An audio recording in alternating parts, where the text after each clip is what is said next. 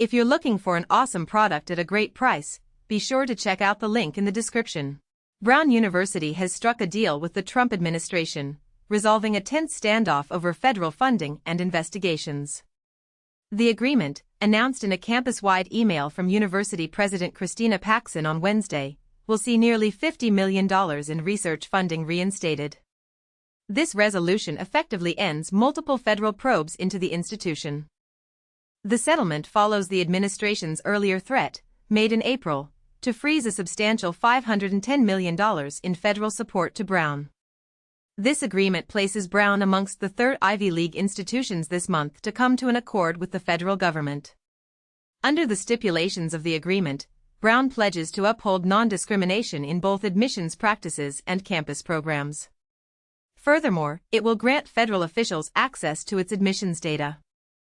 This arrangement effectively terminates investigations led by the Departments of Health and Human Services, Education, and Justice.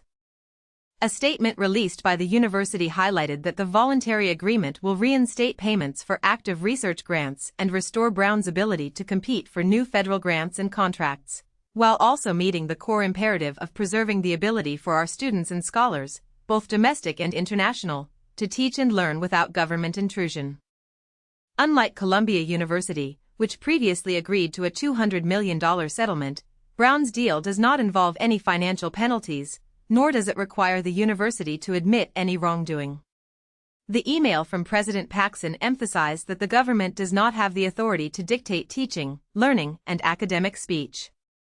Education Secretary Linda McMahon had previously described the Columbia settlement as a potential roadmap, suggesting its effects would ripple across the higher education sector and change the course of campus culture for years to come.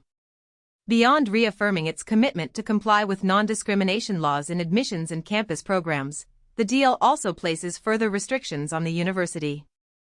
Brown University will be prohibited from administering gender-affirming surgeries to minors and prescribing puberty blockers.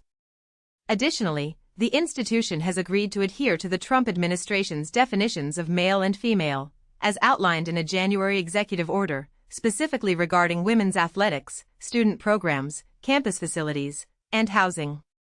This agreement marks a significant turning point, reshaping the relationship between the university and the federal